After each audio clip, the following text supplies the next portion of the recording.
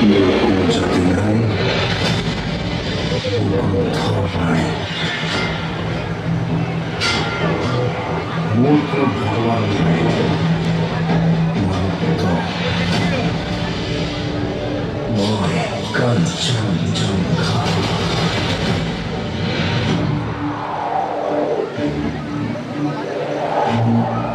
তুষার শুভ্র ক্ষীর মই অভ্রভেদী বীর মোর জটা জরি জরি নিজরি নিজরি বই নিগরি নিগরি অবিরল কল কল শৈলজা পয়ুধরা পিয়ুষ ফলিলা পুরধ্বনি গঙ্গা প্ৰথমৰ প্রভাতর অরুণর জ্যোতি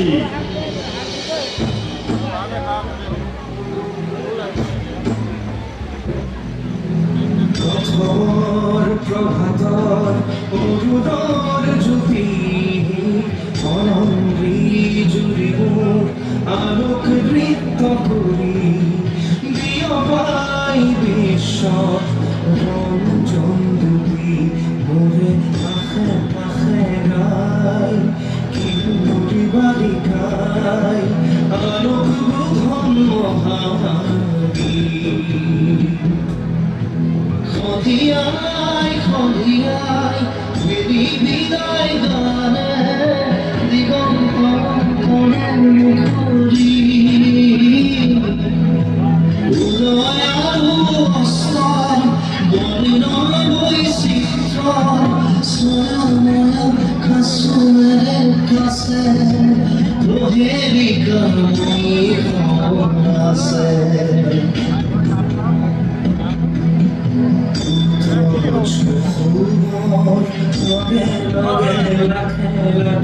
মৃদু মৃদু কম্পিত সন্ধ্যা হইল করে কষ্টী নাই আৰু নাই 2032 চনৰ 19 ছেপ্টেম্বৰ তাৰিখে আবেলি বেলিটো ওলাব বিচৰা সময়ত ছিংগাপুৰৰ পৰা এটা দুঃসংবাদ আহিল জুবিন আৰু নাই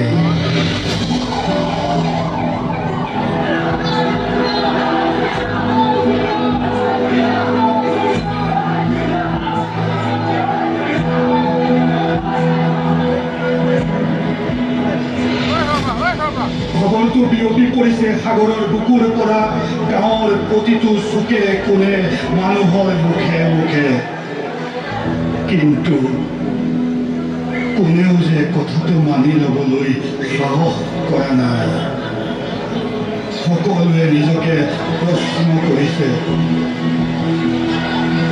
আকাশে গাতে লৈ সাগৰৰ তলিত শুবলৈ মন কৰা মানুহজনে বাৰু সঁচাকৈয়ে সাগৰৰ তলিত শুবলৈ গ'ল নেকি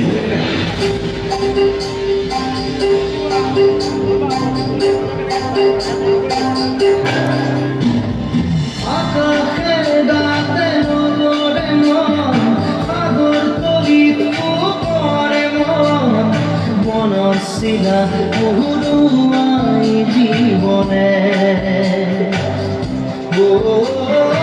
আকাশে গাতে নগৰে মন সাগৰ তলিত পৰে মন মনৰ চিলা বহুৰুৱাই জীৱনে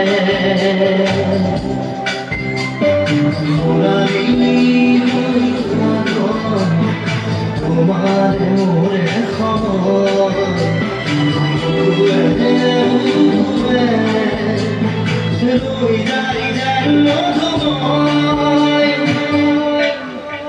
নারী রাধা দিদে দিদা দিদে রে বিদ্যা নারী রে রাধা দিদে দিদে রাধি দিদা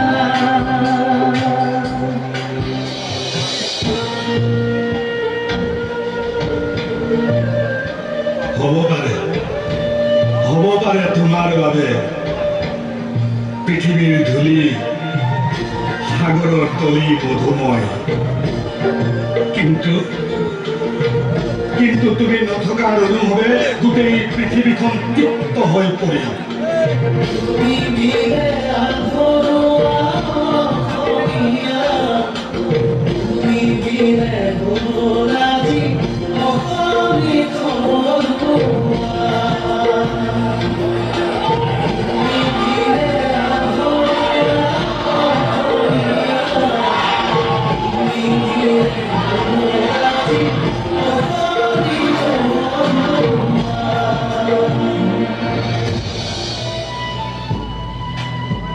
ৰ'দ গোলাপী সন্ধিয়াবোৰ নীৰৱ হৈ পৰে সকলো শব্দই অৰ্থ হেৰুৱাই পেলায় সকলোতে এক গভীৰ শূন্যতা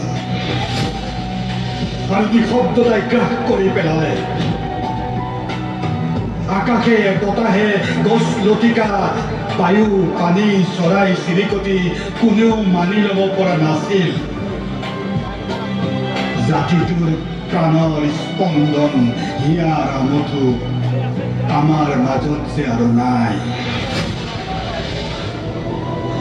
কোনোবাই উচুপি উচুপি কোনোবাই ফেকুৰি ফেকুৰি কোনোবাই হুক হুকাই কান্দি কান্দি মায়াবিনী গানটো গাবলৈ চেষ্টা কৰিছিল কাৰণ জুবিনে কৈ গৈছিল ন মই মৰিলে সেইটো গানে বাজিব লাগিব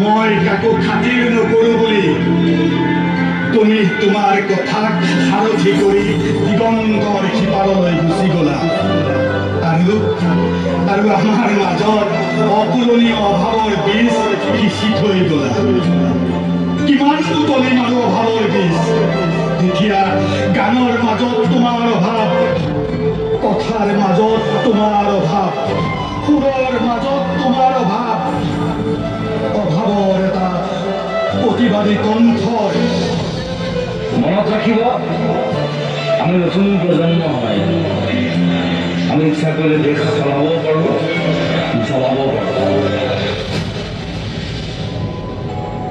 জয় আই অসম বুলি ক'বলৈ জাতীয় চেতনাৰ মূল চালিকা শক্তিৰ এতিয়া বাৰুকৈ অভাৱ তুমি কোৱাৰ দৰে তুমি নথকাৰ অভাৱ এতিয়া বৰকৈ অনুভৱ কৰিছোঁ মই নথকা যিদিনা হ'ব তোমাৰ সিদিনা অশ্ৰু বুলিবনে মোৰ কবিতাৰ ছন্দ বুজিবা তুমি সেইদিনা যিদিনা নাথাকিম তোমার প্রিয় গীত গাবলে যেদিনা না থাকিম যারা তোমার প্রিয় গীত গাবলে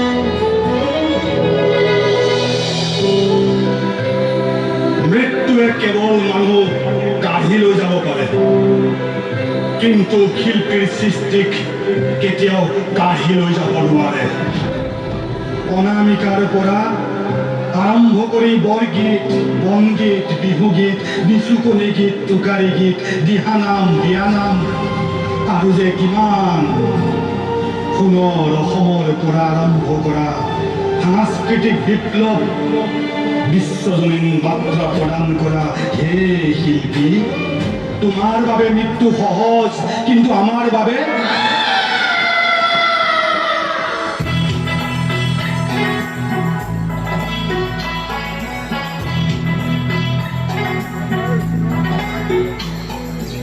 অন্ধ আকাশ ক্ৰুদ্ধ বতাহ কষ্ট ৰাতি স্তব্ধ জোনা অন্ধ মনৰ বন্ধ কোঠা হিংস্ৰ প্ৰেমৰ মুক্ত প্ৰকাশ মুক্তি আজি দেখোঁ দিশহাৰা হৈ ৰয় দিশে দিশে চৰে বাথৰি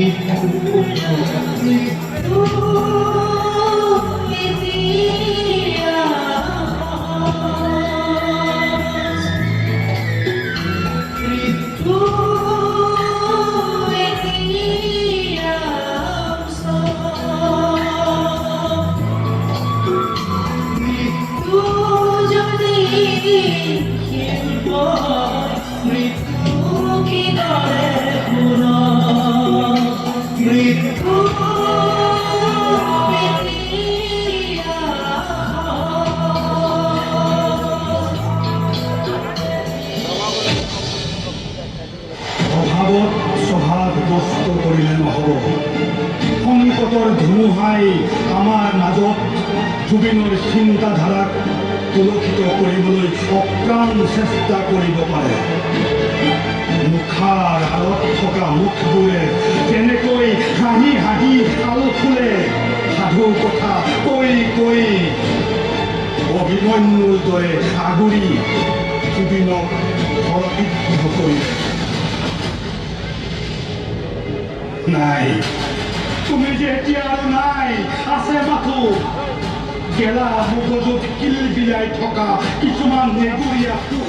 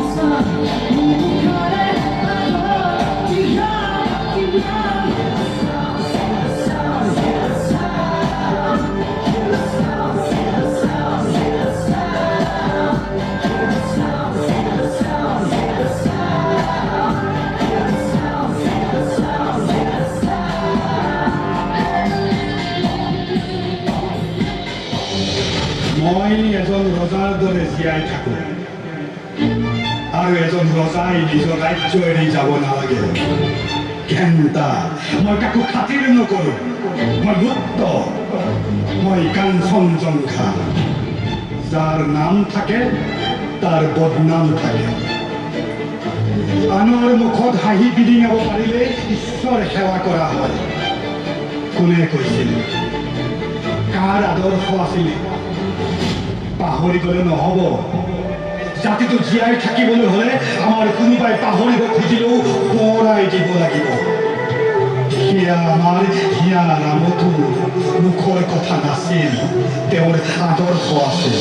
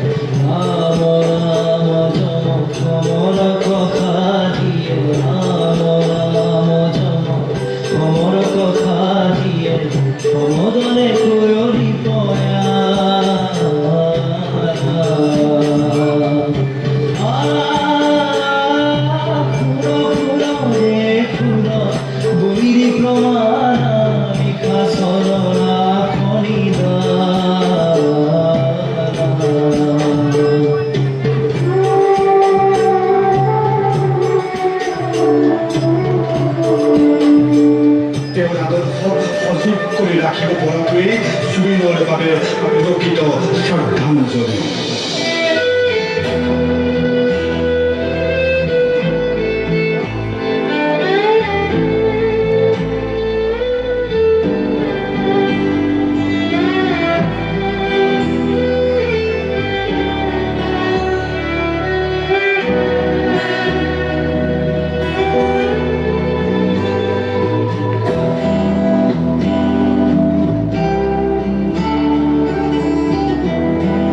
মনত ৰাখিব, আমি নতুন প্ৰজন্ম হয়।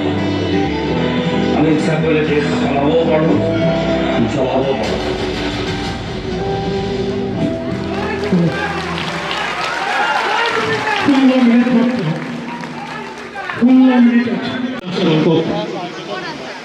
মাত্ৰ 16 মিনিট সাগৰৰ দৰে মানুহ এজনৰ বিষয়ে শেষ কৰিবলগীয়া হৈছে। ইয়াত শেষ নহয়, আমাৰ শ্ৰদ্ধাঞ্জলি আছে, ক্ষুদ্ৰ শ্ৰদ্ধাঞ্জলি। কিবা ভুল ভ্ৰান্তি হ'লে ক্ষমাৰ্জনা কৰিব। আমাৰ আজি নৃত্য প্ৰতিযোগিতাৰ নৃত্যৰ ফন্তি আহমেদ নৃত্য পৰিচালনা কৰিছিল তেওঁ।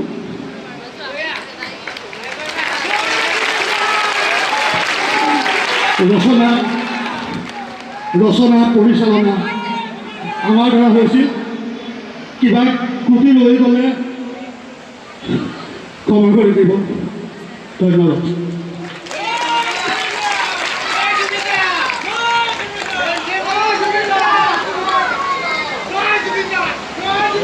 Gracias.